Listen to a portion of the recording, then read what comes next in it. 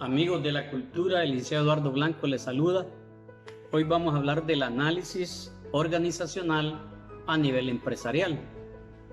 Y vamos a hacer un examen del análisis de las organizaciones basado en las competencias. La estructura organizacional puede ser definida como las distintas maneras en que puede ser dividido el trabajo de una organización para alcanzar luego la coordinación de los mismos, orientándolo al logro de los objetivos.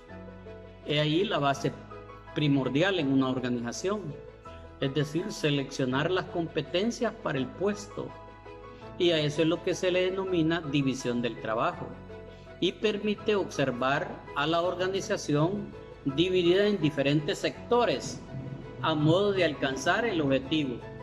Veamos algunos conceptos de grandes autores. Ejemplo, Streitgard en 1988 decía que la estructura organizacional es el conjunto de las funciones y de las relaciones que determinan formalmente las funciones de cada unidad y debe de cumplir y el modo de comunicación entre dicha unidad.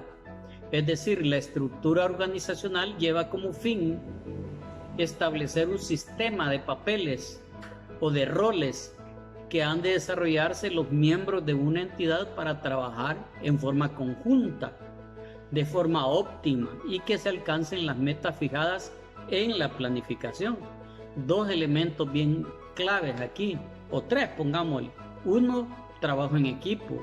Dos, comunicación entre todos los que trabajan en una organización. Y tres, metas. Y cuatro, la más importante, la planificación. Es decir, que si uno de esos cuatro elementos no está funcionando bien, difícilmente va a poder alcanzar las metas que la entidad se ha fijado mediante la planificación. Los elementos que intervienen o requerimientos en una organización son los objetivos y deben de ser verificables, precisos, realizables. Para que sean precisos deben de ser cuantitativos y para verificables deben de ser cualitativos. Sinónimo de calidad y el otro es de contar. Tiene que haber una clara definición de los deberes y de los derechos y actividades de cada una de las personas. Se tiene que fijar el área de autoridad de cada persona, lo que uno debe de hacer para poder alcanzar las metas. Y además se debe saber cómo y dónde obtener la información necesaria para alcanzar la actividad y cada persona debe saber dónde conseguir la información y lo debe de ser facilitada. Las características de la organización formal. Uno es la especialización, forma según la cual se divide el trabajo en tareas más simples y como están o estas son agrupadas en unidades organizativas. Por lo tanto, se requiere una especialización en cada una de las funciones. La coordinación y el área de mando. Hay determinados grupos bajo el mando de un supervisor o líder y a eso se le llama liderazgo. Formalización es el grado de estandarización de las actividades y la existencia de normas, procedimientos escritos mediante un manual de funciones para evitar la burocratización.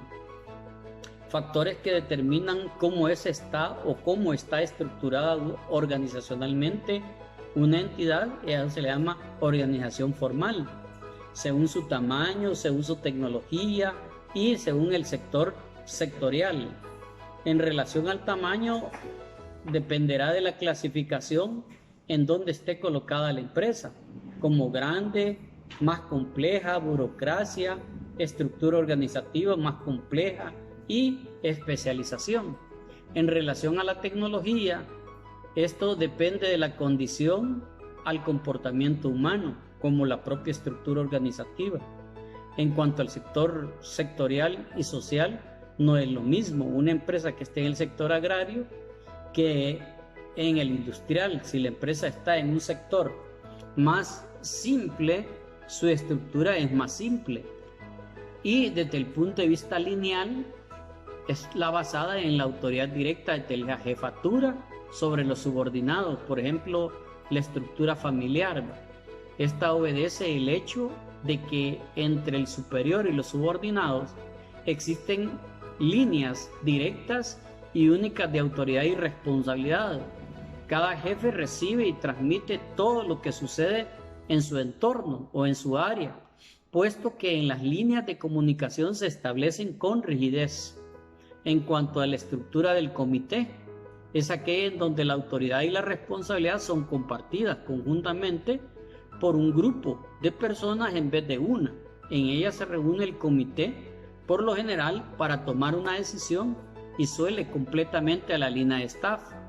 Suele aplicarse para la creación de un nuevo producto, donde se reúnen los distintos departamentos para poder decidir y tomar acciones correctivas o acciones que vayan en pos de alcanzar dicha meta. Suele tener también detractores por su lentitud y ser conservadores. En cuanto a la estructura organizacional funcional, este tipo de estructura es la que se aplica el principio funcional o principio de la especialización de funciones para cada una de las áreas. El principio funcional separa, distingue y especializa. Esta estructura se consagra por Taylor, que es el padre de la administración moderna, quien, preocupado por las dificultades producidas por el excesivo trabajo y variado volumen de atribuciones dadas a los jefes de producción en la estructura lineal de lo que se le llama una siderurgia estadounidense, optó por la supervisión funcional. También está la estructura por línea y staff. Es aquella que combina las relaciones lineales de autoridad directa con la consulta y asesoramiento con el departamento o staff. Los departamentos en línea, que se ocupan de las altas decisiones, y los que el staff realizan de apoyo para efectos de mejoramiento de los productos. También tenemos la departamentalización, que es una rama diferenciada dentro de la empresa con el supervisor, que tiene la autoridad para la realización de los mismos. Quedemos un ratito por aquí.